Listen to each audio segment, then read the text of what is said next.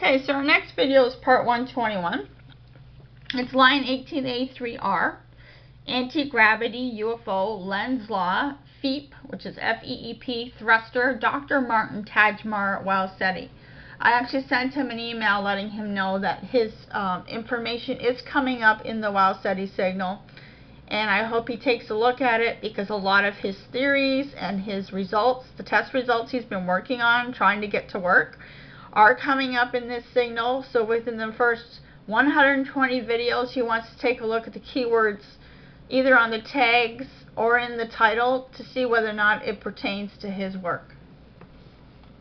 Okay, so what I did was Google the Eugene Podkletnov images, and all this information came up that I'm going to show you now.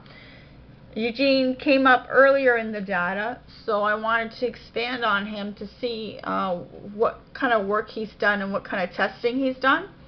And I got quite the list here of tags, as you can see, of all the things that come up.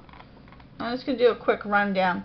We got Dr. Martin Tajmar, Austrian Research Centers, Eugene Podkletnov, manipulating gravity, gravitational waves, gravitonic magnetic fields, diamagnetism, pyrolytic, carbon, graphite, missile nose cones, rocket motors, neutron moderator, thermal reactor, uranium-235, Dr. Evgeny Podkletnov, nuclear engineering, speed of thermal neutrons, anti-gravity, Tate, Schwarzschild, metric, Clovis Jacinto de Matos, graviton mass, general relativity, quantum cosmology, Proca equations, photon, superconductors,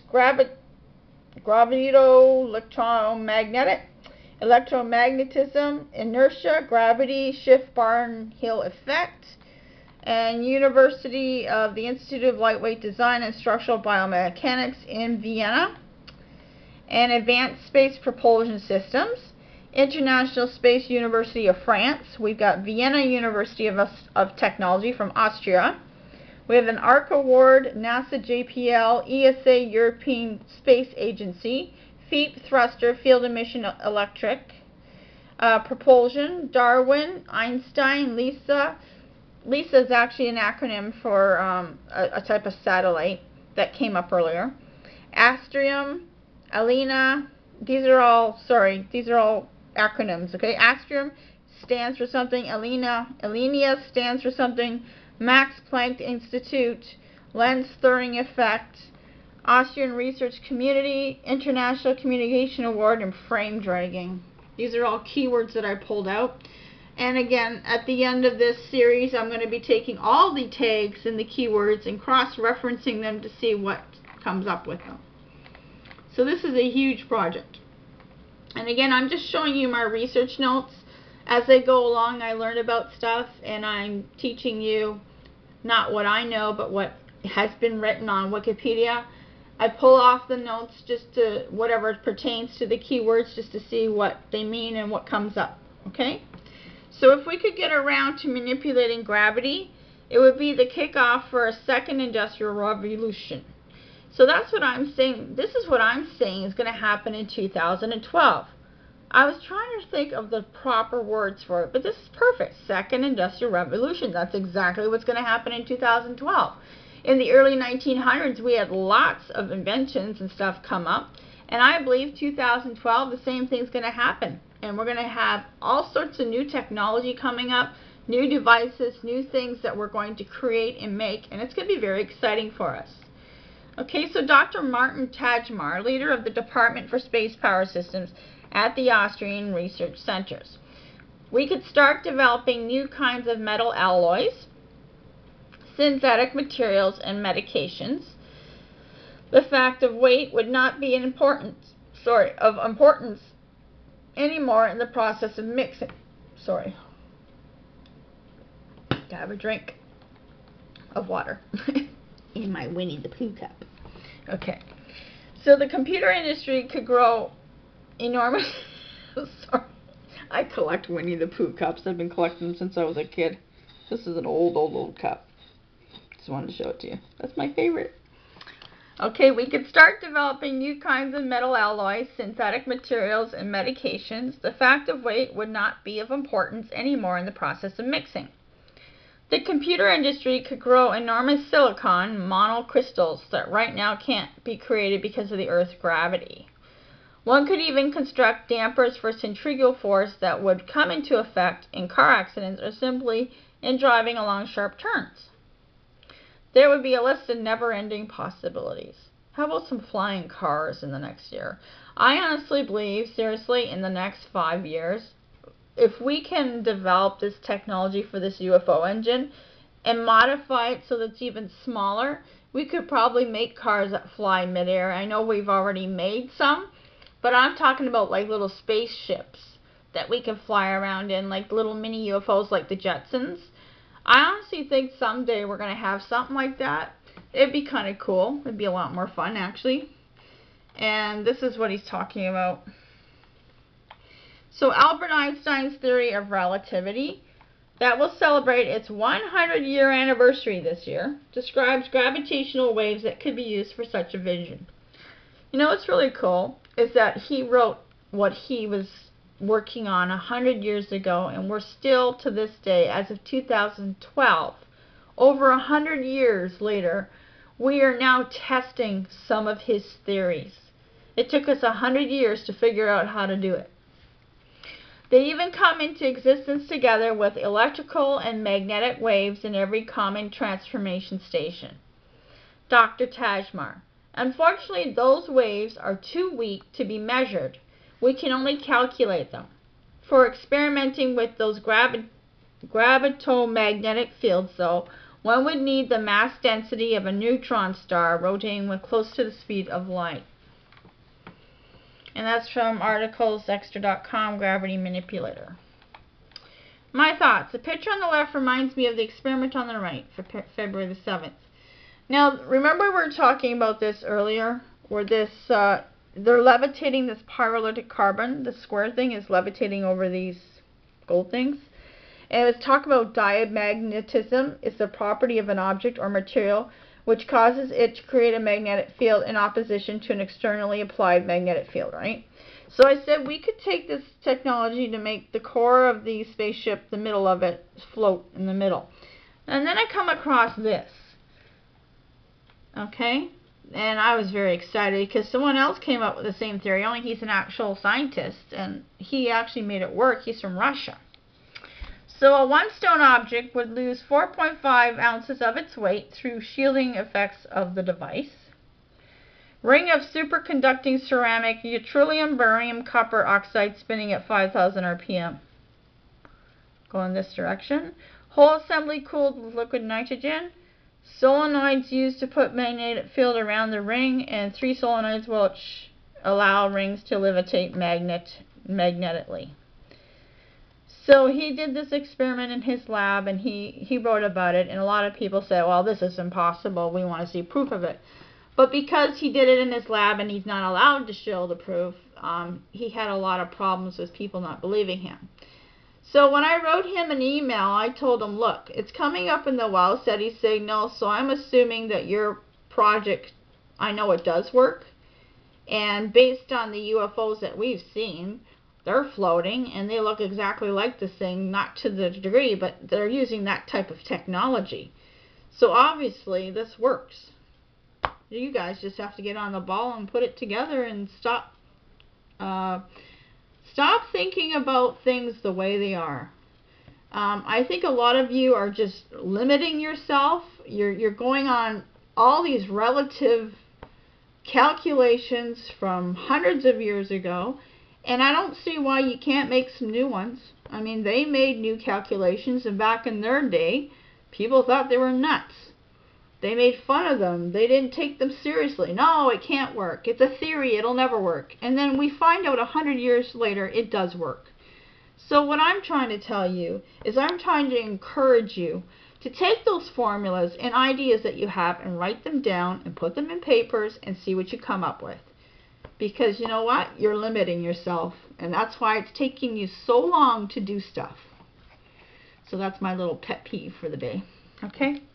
it bothers me because it took 35 years to do a lot of those experiments, and I've seen over 35 years, each experiment is worth $450 million. That's a lot of money. And I'm thinking that if everybody put their technology together, they could save the money and use it for something else. And God knows we need money for lots of things, right? So February 7th, 2012. I just had an idea. Will this apply to this? Use the Lenz Law. Okay, so my idea is use the Lenz Law with this thing here. So, quote, an electron generating a magnetic field would generate an EMF that causes a proton to change its motion in the same direction as the electron. At first, this might seem to violate the law of conservation of momentum, but of course, such an interaction indeed conserves momentum once taking into account the momentum of electromagnetic fields. I don't know if it'll work, but you guys try it. Maybe you can get it to work. Now, I was looking at this picture here. You see how he's got the little bubble thing inside of the big bubble? That's kind of like the kind of spaceship we want to build, right? We want the small core of it, and then this thing, we want it rotating around it. So my idea was microgravity of water. See the little circle inside the big circle? What makes it do that? Can we do that with a spaceship? So you guys are saying you're trying to figure out how to make something anti-gravity, right?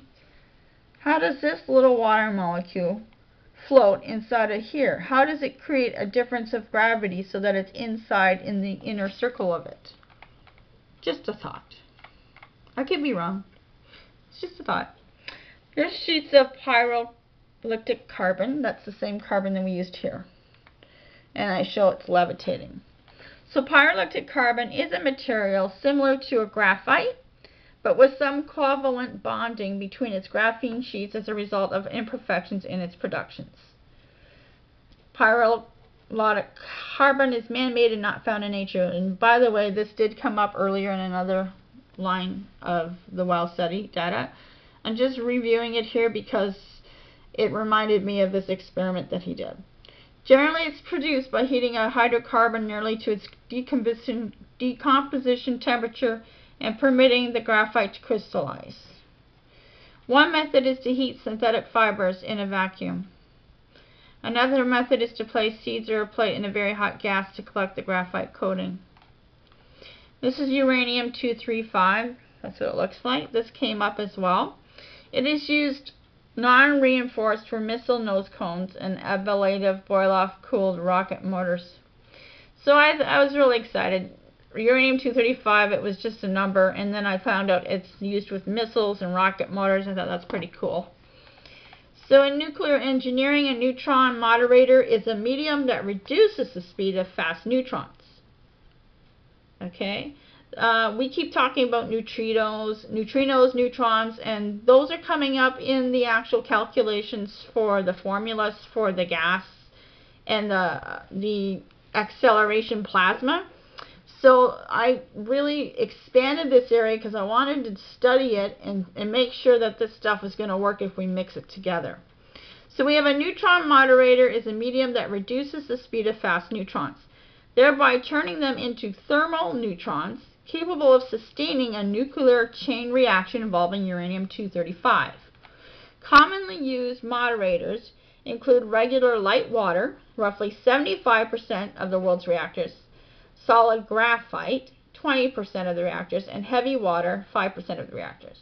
Beryllium has also been used in some experimental types, and hydrocarbons have been suggested as another possibility. So again, I want to point out, this is from the neutron moderator. What I want to point out is that a lot of the data coming up into the Wow Seti signal is based on theories and test results from actual scientists and physicists. So it's very interesting that you have all these theories coming up in this signal, and it's basically saying you can take these theories and you can use them. That's what I think the message means, okay? Quotes to read. Among experts, the most famous of these alchemists is Dr. Evgeny Pokhnov, a Russian physicist who is said to have made a sensational discovery in 1992. Again, the sketch with the round thing floating up here. He's the fellow that created this thing. Okay? So we're going to go Dr. Tajmar, who's another doctor who's working on these same type of theories. I was still at university when he allegedly managed to manipulate gravity with a rotating superconductor ring in an experiment. Dr. Podolkov, who later on worked for the NASA and leads a testing laboratory in Moscow today, he works in Russia now, stated in an interview, "Yes, I actually found the experiment to work." Experts, though, reacted to this sensation like the Inquisition to a heretic. They gave him a very hard time. Give me 100 million euros, 10 high-class scientists in 10 years of time. I will build you a rocket that will float into space weightless due to anti-gravity. Isn't that fantastic? He's saying he can build a weightless anti-gravity rocket. How come we haven't taken him seriously? And he says, how come there's no pictures of my experiments? Even in every car factory, it is forbidden to take pictures, just like in those highly secured research laboratories. That's a shame, because it would be really nice to see it work. But I'm pretty sure it does. Pictured by Eugene Polkman. I'm assuming this is him. I'm not sure, but his name came up with this picture, so I wanted to show you what he looks like. He works at the research center in Cybersadov in Lower Austria. And he's working on gravity manipulator. Now, I Googled his name, him and Martin Tajmar, and both of them have been doing a lot of work on the data that I'm bringing up in these videos. So again, I've asked them to take a look at the videos to see. Most of it is descriptions of the words, but what I'm going to, like in the last video I taught you, what you need to do is if you already know everything I'm talking about, I want you to take the keywords, add them together, create a formula, create a calculation, a mathematical calculation with that information, and test it and see what you come up with, okay? So general relativity and quantum cosmology, advance of Mercury, perihelion explained by co-gravity version 2. Clovis Janito de Matos and Martin Tajmar, this is one of the things that came up. So this is something they're going to have to look into and put the theories together that I bring up together, okay? The theory of general relativity explains the advance of Mercury perihelion using space curvature and the Schwarzschild metric. Now remember, Schwarzschild just came up in the other data, and I actually did work on this about a week ago. This particular line here, I worked on this a week ago, and a week later, some of the stuff came up in another line. So, you know, it must mean something. Again, we're cross-referencing here. Schwarzschild metric has come up about 4 times. We demonstrate that this phenomena can also be interpreted due to the co-gravitational field produced by the apparent motion of the Sun around Mercury, giving exactly the same estimate as derived from the Schwarzschild metric in general relativity theory. This is a surprising and new result, because the estimate from both theoretical approaches match exactly the measured value.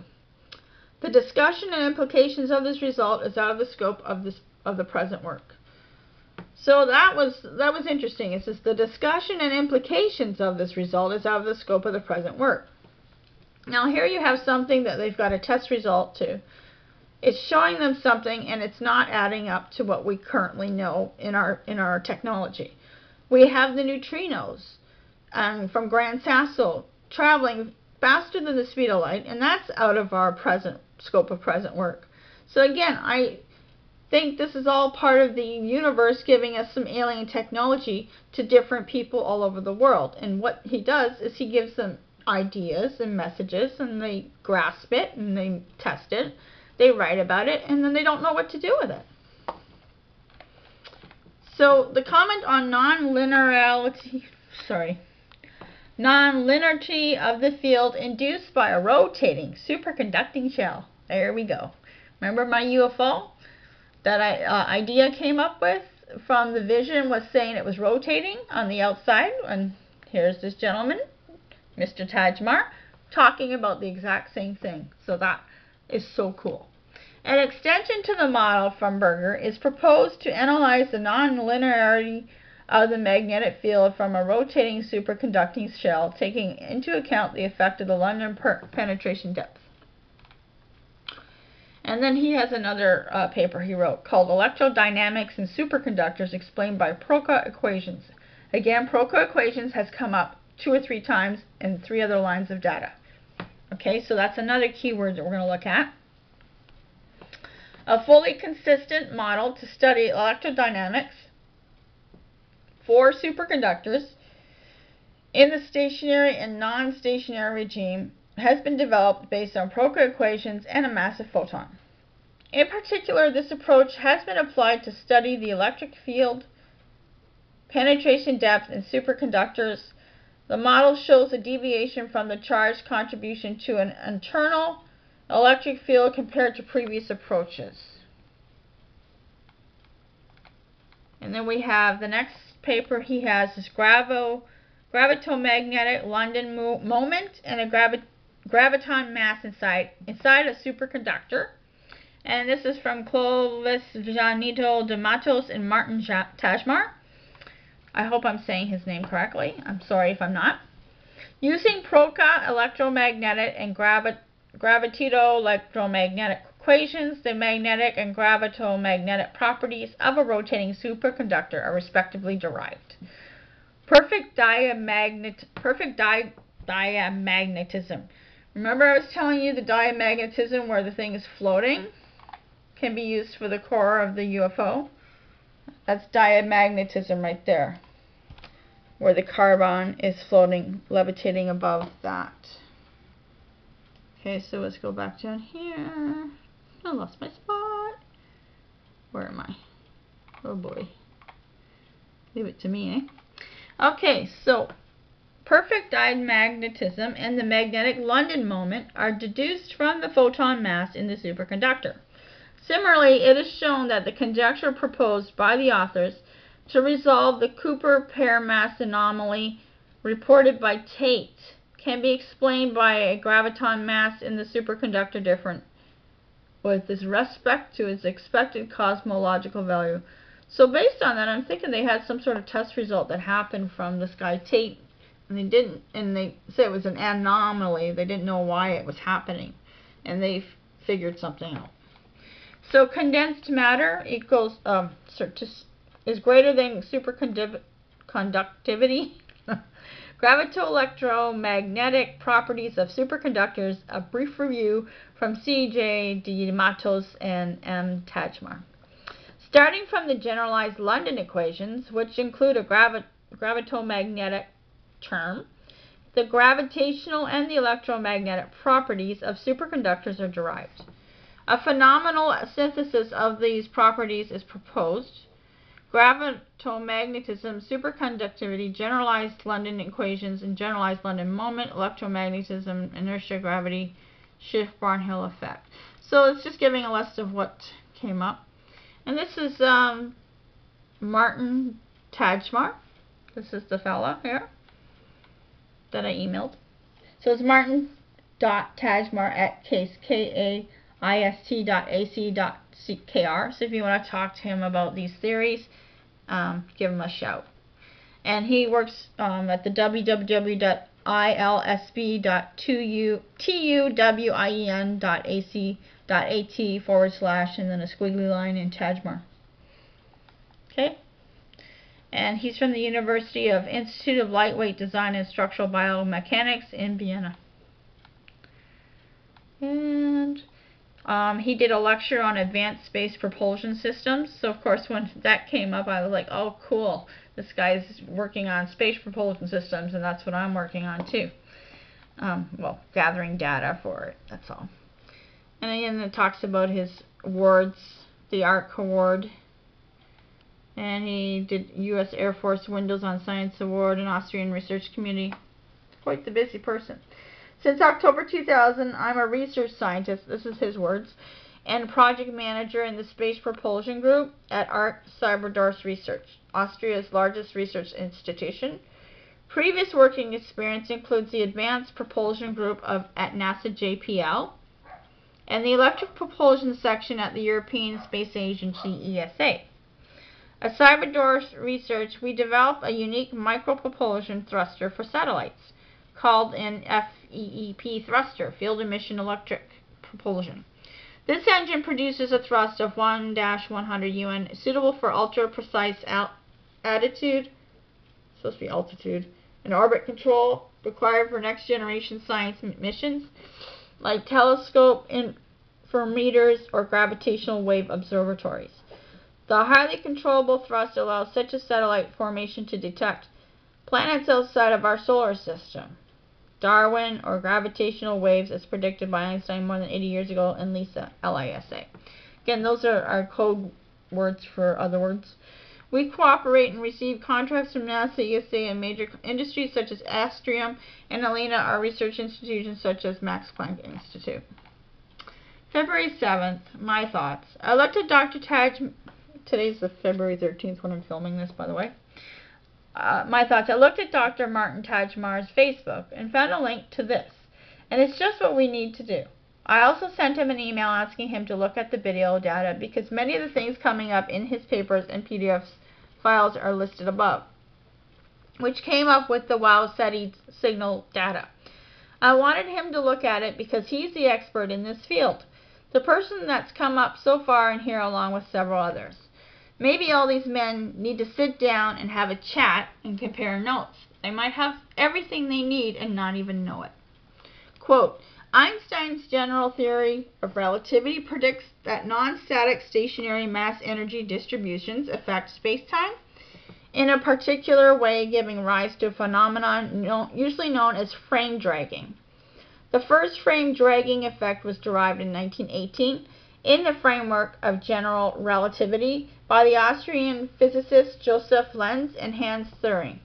It is also known as the Lenz-Thüring effect. They predicted that the rotation of a massive object would distort the space-time metric, making the orbit of a nearby test particle precess. This does not happen in Newtonian mechanics, for which the gravitational field of a body depends on its mass, not on its rotation. The Lenz-Thüring effect is very small, about 1 part in few trillion. To detect it, it is necessary to examine a very massive object or build an instrument that is very sensitive. More generally, the subject of effects caused by mass-energy currents is known as gravitomagnetism. An analogy is with classical electromagnetism. February 13th, my thoughts. I was preparing to film and this site popped up on my computer while typing up my tags. It must be important. It's 317.014 mod Weltraum Advanced Space Propulsion Systems. That's the website there. A lot of numbers and stuff. Google Verbessung is VERBESSUNG, existing systems. This comes up. Personal impressions of a machine translation system.